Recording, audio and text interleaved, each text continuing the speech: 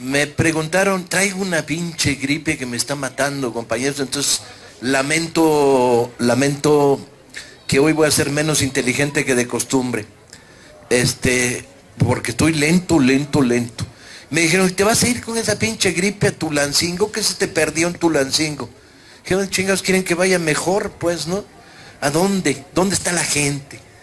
¿Qué querían? ¿Que fuera con gripe un pinche cóctel y contagiara a los dueños de una editorial o qué rollo? Es un placer estar con ustedes. Y es un placer además estar hablando de historia de México, una de mis obsesiones.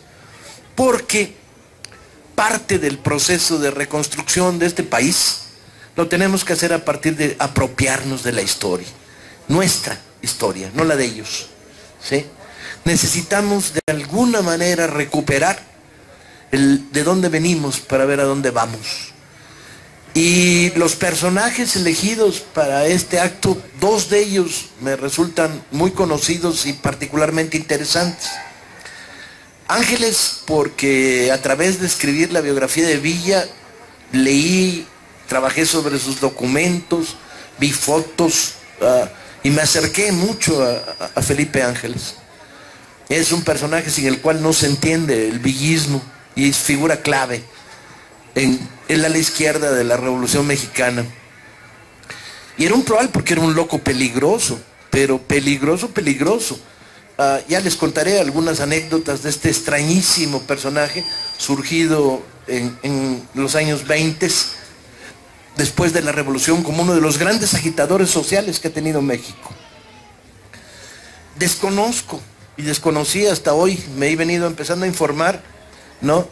La historia del liberal fundador del Estado de Hidalgo. He estudiado muchísimo a los liberales, pero es un personaje que se me iba de las manos. Me voy con la tarea de recuperarlo y pensarlo y repensarlo y saber cosas. ¿Por qué esta necesidad de hacer nuestra la historia?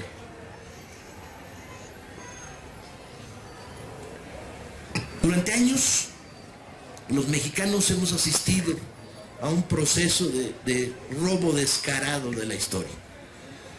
Se han confabulado para robarnos nuestra historia todo lo que a ustedes se les ocurra. Las instituciones educativas, la política gubernamental, la política de hacer nombres de calles y de plazas. Como todo el mundo sabe, la mejor manera de matar a un héroe nacional es ponerle el nombre de una calle y ya te lo chingaste para el resto de los días de su vida, ¿no? O de una estatua, o de una estación de metro. Perdón, soy muy mal hablado, compañeros. Si alguien tiene dificultades, trataré de moderar mi lenguaje. Pero, ¿no hay pedo? Bien, muchas gracias. No hay bronca. Bien. Se los agradezco porque ponerme a corregir ahora lo mal. Niños, no hablen como yo, nomás piensen como yo. Y no les digan a sus papás las cosas que yo digo. Mira, ese niño se tapó la cara, hace bien. Y toda esta conspiración en la que participaba el libro de texto gratuito, las ceremonias cívicas. ¿Quién no tiene su memoria el estar en el pinche patio de la escuela bajo un sol aterrador, al borde de la insolación, oyendo poemas cívicos horrorosos, y cantando "Se levanta en el mástil mi bandera"? ¿Quién no ha sufrido la pérdida de la información que vuelve a Hidalgo de lo que fue un dirigente revolucionario, lo convierte en un padre de la patria ñoño y desarmado, vestido ridículamente con un gabán que parece los que usaba mi mamá cuando iba de fiestas de disfraces en los años 50, desprovisto de sangre, de carne, de identidad? Hemos estado vapuleados con algunas operaciones verdaderamente deleznables, ¿no? Solamente al PRI se le puede ocurrir poner en una pata del Monumento de la Revolución a Cárdenas y en la otra poner a Plutarco Elías Calles, ¿no? El hombre al que Cárdenas expulsó de este país por corrupto y vendepatria. Por eso hay temblores en la Ciudad de México, chinga, ¿sí? Y de pilón en una pata ponen, dicen que ponen, porque no la pusieron, a Pancho Villa, y a 20 metros ponen a Carranza, chinga, ¿sí? Por eso los temblores son de su puta madre en la Ciudad de México, man. Aquí veníamos viendo la estatua en Pachuca, la estatua de Ángeles, ¿no? A unos cuantos metros está una estatua de Carranza, que fue el que lo mandó matar a la mala. a la mala, mala, mala. Dio las órdenes para que el tribunal militar que lo había capturado aplicara en rigor la pena de muerte y en 72 horas, ¿sí? Cuando no había cometido ningún hecho de sangre y no había motivos para fusilarlo. Esta manipulación de la historia que es verdaderamente aterradora. O sea, Cortés y la Malinche, tomaditos de la mano, ¿con quién? Con Cuauhtémoc, que órale a bailar la sandunga. Pues ¿quién le quemó los pies a quién? Ya se perdió la dimensión. ¿O qué? Vasconcelos diciendo, por mi raza hablará el espíritu. Y no es lo que ustedes piensan. No es un llamado al mestizaje y a la raza de bronce, no. Vasconcelos era un tremendo reaccionario en materia de política indígena. Decía que el gran mal de este país eran las comunidades originales, de ese tamaño, ¿sí? Todo inventado, maltratado, desfigurado, ¿no? Y bueno, tuvimos una lógica priista que convierte la historia en melcocha, quítale a los ciudadanos la posibilidad de identidad, rebájale los contenidos sociales, no crees mecanismos de identidad, ¿no? Despoja la historia de la gran sabiduría que tiene, que es la lucha por la libertad, la reflexión sobre el pasado histórico y la reflexión sobre la lucha por la libertad. Quítale eso, porque queremos libertad, sí, pero de la nuestra, libertad para saquear este país, y punto. Y no se muevan demasiado y abusados. Y Juárez sí, porque Juárez forma parte de nuestra manera de entender el mundo, dirían los priistas, ¿no? Pura madre, ¿qué tendrá que ver Juárez con el priismo? Vomitaría si estuviera vivo. Y sin embargo, todas las partes de atrás, de todos los retratos, gobernadores, presidentes municipales, ministros, tienen su cuadro de Juárez. Por eso están poniendo verdes todos los pinches cuadros de Juárez. Pues está hasta la madre de verlos meter la mano en los cajones y saquear, ¿sí? Juárez, que era la probidad absoluta republicana. La idea de que servir era la función presidencial número 1 y única. Y no servirse de, ¿sí? Pero bueno, ¿por qué adoptan a Juárez? Bueno, porque Juárez forma parte de esta idea que se construye en el alemanismo, de que podrás ser zapoteca e indígena, pero si eres licenciado ya chingaste, ¿no? Que es el gran momento del alemanismo, cuando las hijas de los comerciantes gachupines se casan con las hijas de los coroneles obregonistas y tienen hijos que son licenciados. Luego el siguiente paso es, esos tienen otros hijos que también serán licenciados, y ya luego llega Salinas y ya serán licenciados, pero de universidades gringas, ¿no? Entonces, en esta génesis de la estructura del poder, pues la imagen de Juárez distorsionado, pues cabe perfectamente, ¿no? Como un símbolo ¿de qué? ¿Del derecho al saqueo? ¿Juárez? ¿Sí? Falta de respeto y falta de seriedad a la hora de analizarlo. Un tipo que cuando llega huyendo de los franceses y de los traidores a Chihuahua, ¿sí? Lo invitan las damas progresistas de Chihuahua a bailar, ¿sí? Porque tenemos una imagen de Juárez tieso, rígido, aburrido, ¿no? La imagen que nos han impuesto. ¿Cómo nos vamos a identificar con ese Juárez chaparrito, que apenas si tenía cuello porque usaba fracs hasta esta altura, ¿no? Con mirada impasible, ¿no? No. Juárez era tremendo bailarín, pero tremendo. Y las damas progres de Chihuahua lo invitan, le organizan un baile cuando llega a Chihuahua. Y entonces van con Guillermo Prieto, que era el gran compañero de Juárez en esos momentos de la vida hacia el norte. Le dicen, don Guillermo, queremos invitar al presidente a un baile. Y Prieto dice, pues se lo comunico. Y regresa diciendo, pues dice el presidente que no, muchas gracias. Y las damas de Chihuahua se sienten verdaderamente ofendidas, pues como que no quiere venir a un baile. Y Prieto se ve obligado a explicar, no, mire, el presidente hace 4 meses que no cobra su salario. Y sus botas tienen un hoyo de este pelo cada una. Ya no hay suela. Y entonces le da pena. Y entonces las damas de Chihuahua, que para eso son de Chihuahua y son progresistas, le compran unas botas a Juárez. Bueno, se echó 11 horas bailando. Las crónicas de la época ahí te lo registran. ¿Qué bailaba? Pasodobles, cuadrillas, saraos, lo que le echaras al chaparrito, ¿sí? Ese Juárez construye identidad, ¿sí? Un tipo que dice, mientras haya 1 milímetro de territorio nacional libre, ahí hay república. Y es capaz de resistir la invasión imperial del mejor ejército del mundo, el imperio de Maximiliano, los conservadores, los chaqueteros, los reformistas, ¿sí? Ese Juárez tiene derecho a estar en las oficinas de un gobernador priista. Ay, no mamen, de veras, que se controlen, que pongan a los que tienen que estar ahí, Limantur, banquero chaquetero porfirista, ¿sí? Que pongan ahí a Iturbide, constructor de una independencia chafa y reaccionaria, que pongan ahí pues, a los bandidos de Río Frío, chinga, que son como sus padres ideológicos, pero no que no pongan a Juárez, más respeto, carajo. Y la historia es nuestra, y nos la quitaron. Y nos la quitaron por todos lados. Durante años, entrábamos a un museo y veíamos el origen de la mexicanidad, el primer hombre mexicano. Es un decir que México no existía, pero bueno, sobre territorio. Y nos mostraban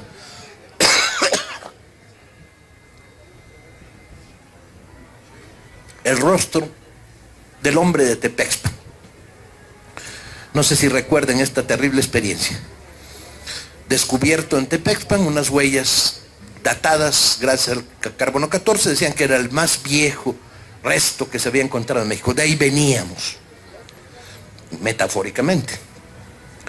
¿Y cómo era el hombre de Tepexpan? Puta, era feo hasta la madre, man. Lo mirabas y decías, de ahí venimos. Era de este pelo, el pelo se le juntaba con la ceja, tenía como 1 milímetro de frente, con mirada simiesca. Y uno decía, carajo, ¿qué hemos hecho para merecernos este origen, no? Bueno, al paso de los años se descubre que es falso, que es cierto, esas huellas arqueológicas corresponden al primer resto encontrado en territorio mexicano, pero que no son de un hombre, tiene curva pélvica femenina, es una mujer, la mujer de Tepexpan. Y cuando hacen reconstrucción facial, pues no es tan fea, no está para ganar concursos, pero no es tan fea, coño. Pero además la parte mejor de la historia, en el mismo estrato donde está produciendo la excavación y la investigación, descubren que hay los huesos de un mamut muerto y restos de lanzas. O sea, la mujer de Tepexpan era una cazadora de mamuts. No iba al río a lavarle la ropa a su marido, no estaba recolectando nopalitos, ni madres, era una cazadora de mamuts. Las cosas van mejorando, ¿no? Y mejorando mucho. Y uno dice, bueno, ahora ya empiezo a sentirme más a gusto. De ahí venimos, compañeras mujeres que están aquí. ¿Venimos de dónde? De la mujer de Tepexpan, cazadora de mamuts, de mamones, de mamilas, de mandilones. Háganlo extensivo. De ahí venimos. Venimos de una cazadora de mamuts, y a mucha honra. Y de repente yo estaba feliz tirándome este rollo de recuperación de la historia, cuando llego a Monterrey y me dice el director del Museo del Instituto Nacional de Antropología e Historia, te chingaste, Paco. Digo, ¿por qué? ¿Qué hice? Dice, pues que ya no es la mujer de Tepexpan. Y dije, coño, tan padre que me había salido la reflexión moral sobre esto. Y me dice, no, acabamos de descubrir el año pasado unas huellas de un resto humano más viejo. Dije, caray, ¿y qué? Me dice, bueno, tengo noticias buenas para ti, una buena y una mala, ¿cuál quieres primero? Yo, como soy optimista, dije la buena. Me dijo, es una mujer. Y la descubrimos cerca del municipio de China, Nuevo León. Y le pusimos el nombre La Dama de China. Dije, ahí está toda madre, ¿no? Venimos de la Dama de China y la mujer de Tepexpan, cazadora de mamuts. Y me dice, sí, la Dama de China. Me dice, pero tengo una mala. Dice, échala. Dice, no hemos podido terminar la excavación. Como el INAH no ha podido terminar las huellas más viejas. Esto es histórico, es importante. No. Y digo, ¿por qué?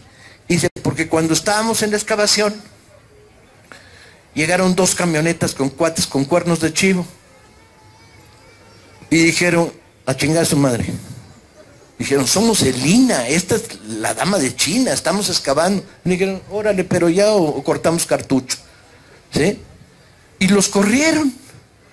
Y no ha habido manera de regresar, porque a unos cuantos par de kilómetros del punto de la excavación hay una reja enorme electrificada que cubre el rancho de vaya usted a saber quién, porque nadie sabe de quién es, de donde salían las camionetas con los cuernos de chivo, y que creían que pues eso es también de ellos, pues, ¿no? Que se andan metiendo ahí de excavaciones, capaz y luego vienen turistas, ¿no? Entonces, no hemos podido acabar de saber qué rollo con la Dama de China.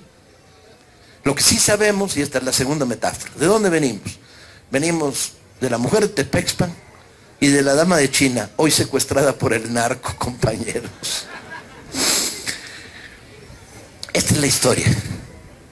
La historia es narración, sabor, identidad. Y se construye sobre la base de la identidad. Durante años yo estudié en la secundaria y en la prepa historia de México y odiaba la historia de México. Con odio jarocho.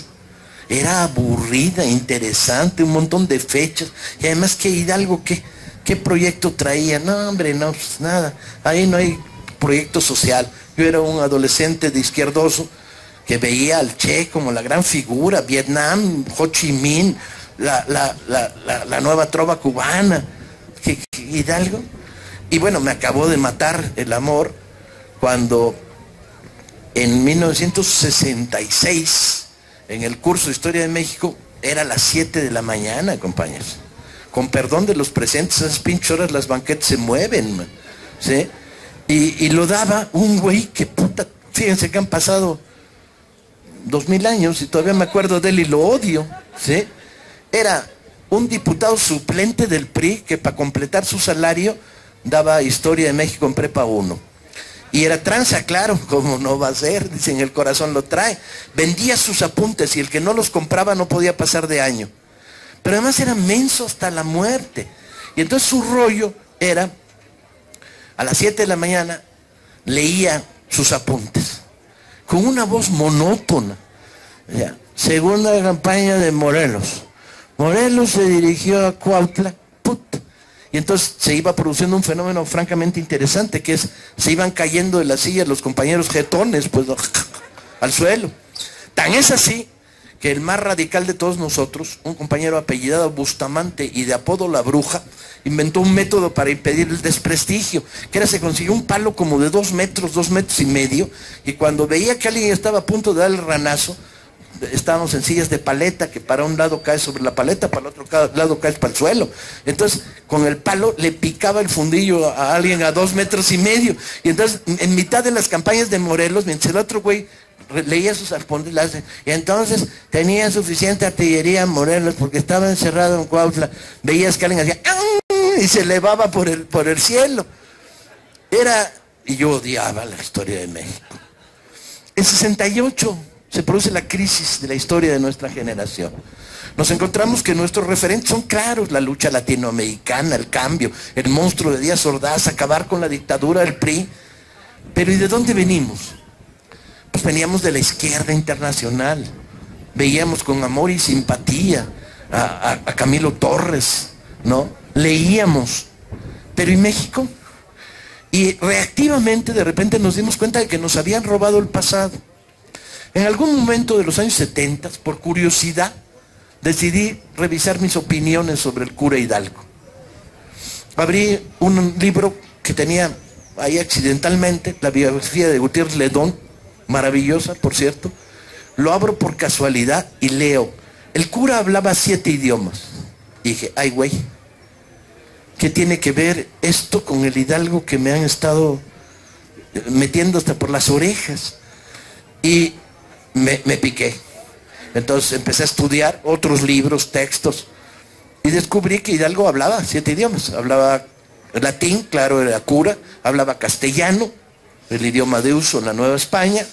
Hablaba francés, y lo hablaba tan bien que no solo eso, traduce a Molière, una obra prohibida por la Inquisición, y la monta en un pueblo donde lo habían desterrado, y se liga la primera actriz. Dije, puta, te empieza a caerme a toda madre el Hidalgo este, ¿no? Hablaba italiano. El francés, ¿qué tenía? Pues era el idioma con el cual le llegaba el pensamiento de la Revolución Francesa. Y lo leía y lo traducía. Y el italiano era fundamental porque a través de él llegaba la cultura del Renacimiento. Y yo dije, bueno, van 4, pero ¿y las otras 3, 7 idiomas? Me pongo a darle vueltas y descubro que hablaba purépecha, otomí y náhuatl. Dije, ay güey, 3 lenguas indígenas, no una, 3. Y entonces te das cuenta que tienes a alguien que por arriba captaba la versión del mundo que venía de la Revolución Francesa, de la Ilustración, del Renacimiento, y por abajo el lenguaje de las comunidades a las que les hablaba en su lengua. y empiezas a entender, y sigues leyendo, y cuanto más lees, más te fascinas. ¿Qué hace Hidalgo a partir del Grito de Dolores? Pues va tomando pequeñas comunidades rumbo a Guanajuato. Al llegar a Guanajuato trae 25,000 indígenas armados con palos y piedras. ¿De dónde chingados los sacó? Los historiadores tradicionales dicen, bueno, es que Hidalgo no tenía claro lo de la independencia, ni tampoco el proyecto social. Hidalgo hablaba de, dado que Fernando VII estaba en manos de los franceses, bla, bla, bla.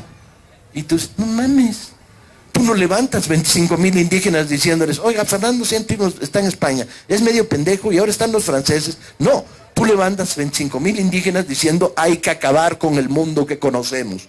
Tomen las tierras, apropiense de las trojes, ábranlas, repartan la producción, quemen las minas, cierren las minas donde se practica el trabajo esclavo, liberen las cadenas. Es la revolución. Al llegar a Guanajuato está el río de los Conejos, y en el río de los Conejos, Piedra de Río está seco, y la horda de Hidalgo pues, se carga de piedras. La Lóndiga, ¿la conocen? Los que la conocen, tiene unos muros de este tamaño y con espigueras. Y en el techo pones 30 tiradores y no hay quien se acerque a 50 metros. Bueno, para tirar una piedra hay que ponerte a 30 metros. Ese ejército, dicen, que nubló el cielo de la pedriza que les metieron a los gachupines y los obligó a bajar del techo y así atacar la puerta. Estás hablando de una revolución. Estás hablando de la independencia como un fenómeno profundamente revolucionario, de transformación de las injusticias. Y lees, y lees, y lees, y cuanto más lees, más te cae bien el cura, ¿sí? Porque de repente descubres que lo primero que hace cuando toma una ciudad es abrir las puertas de las cárceles. ¿Y qué dice? Dice siempre, y todos los testimonios son coincidentes, dice, hijos míos, salir. Su justicia, la de ellos, no es nuestra justicia. Carajo, hoy podemos mirar y señalar hacia los pinos. ¿Dónde está el DF? ¿Para allá o para acá? Para allá. Señalamos hacia los pinos y decimos, su justicia no es nuestra justicia. Hidalgo está vivo todavía, hoy, compañeros. ¿Sí? Esa es la clave.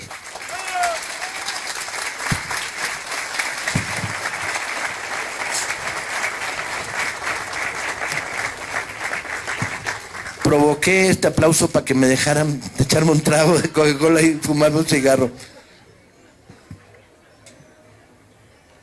A pesar de la gripe, soy más listo de lo que parezco.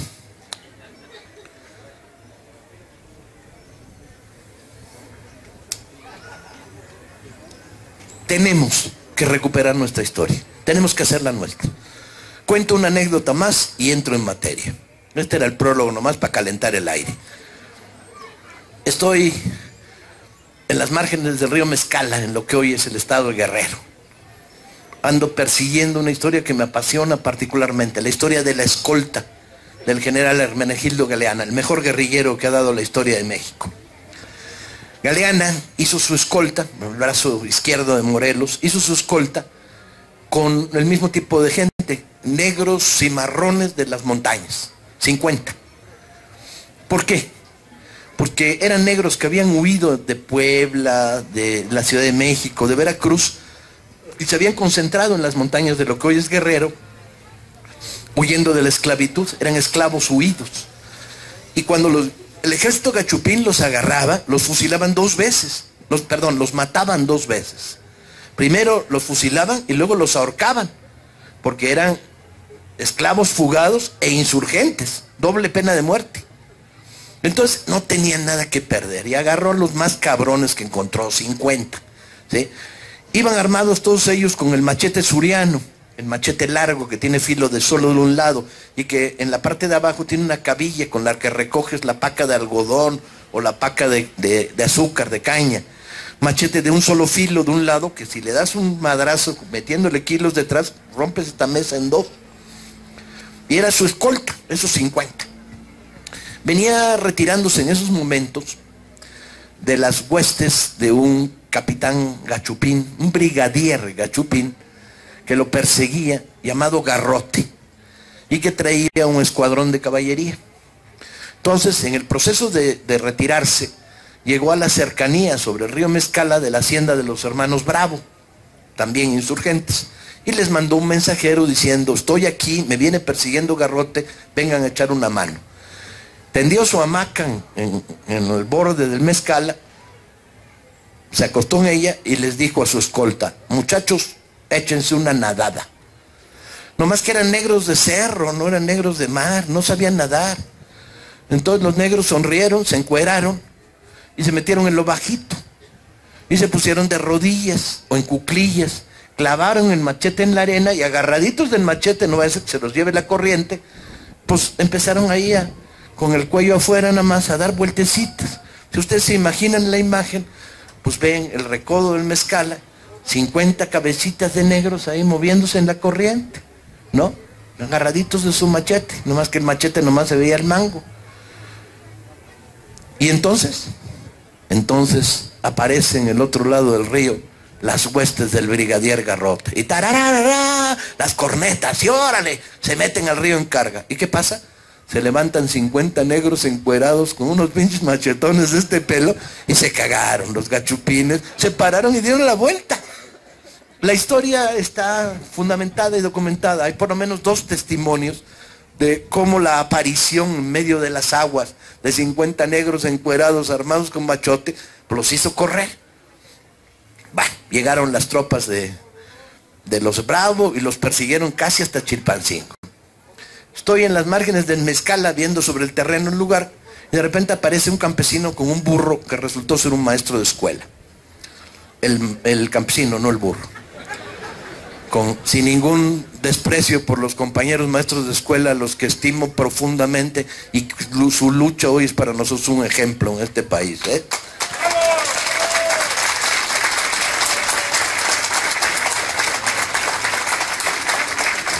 Y me dice: ¿y dónde? Le digo: pues soy historiador, estoy reconstruyendo la historia y me dice: ¿de los Pintos? Le digo: no, de los negros de la escolta de Galeana. Ay, me dice: sí, ¿cómo no? Y le digo: ¿aquí se la sabe? Y me dice: sí.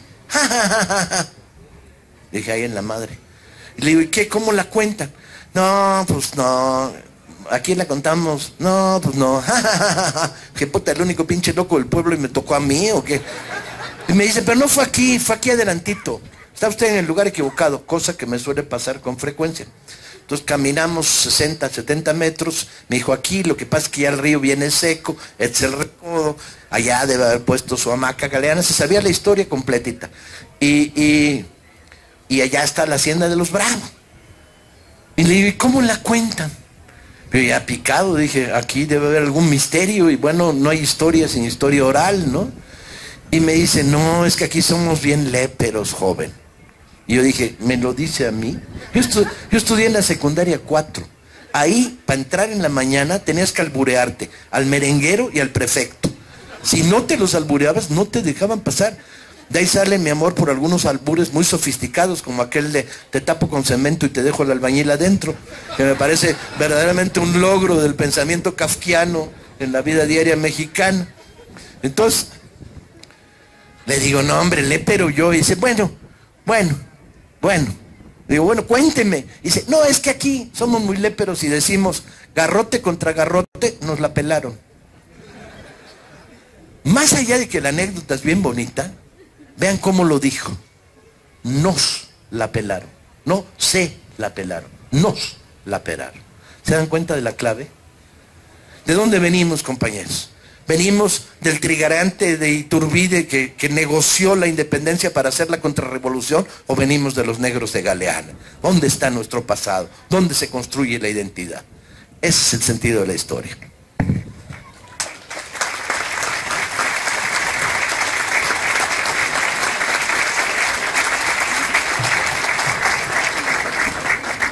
Los 2 personajes que hoy nos traen aquí.